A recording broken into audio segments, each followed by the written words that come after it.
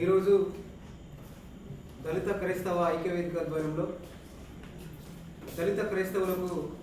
SC హోదా కల్పించాలన్న ఉద్దేశంతో ఏదైతే 1950 ఆగస్టు 10లో వచ్చినటువంటి ప్రెసిడెన్షియల్ ఆర్డర్ను రద్దు చేయాలనే ఉద్దేశంతో దళిత కాకతీయ హోటల్లో దళిత క్రైస్తవ ఐక్యవేదిక ఆధ్వర్యంలో ఏర్పాటు చేసినటువంటి రౌండ్ టేబుల్ సమావేశంలో ఈ సమావేశానికి దళిత భవన ఫ్రంట్ రాష్ట్ర కమిటీ సంపూర్ణ మద్దతు ప్రకటిస్తున్నాం. అదేవిధంగా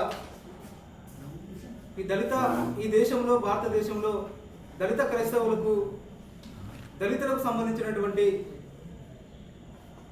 వారి హక్కులకు ఏ విధంగా ఆయా రాజ్యాలు భంగం కలిగిస్తున్నాయో మన హక్కులను కాపాడుకునే దిశగా ఈరోజు మనము అంతర్జాతీయ మానవ హక్కుల దినోత్సవం సందర్భంగా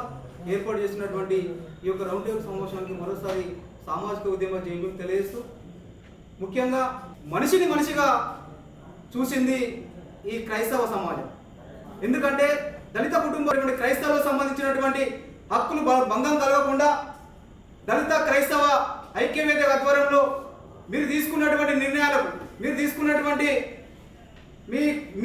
తీసుకునేపోయే నిర్ణయాల్లో కూడా దళిత భవన ఫ్రంట్ రాష్ట్ర కమిటీ సంపూర్ణ భాగస్వామ్యం ప్రకటిస్తున్నాం. మీరు ఏదైతే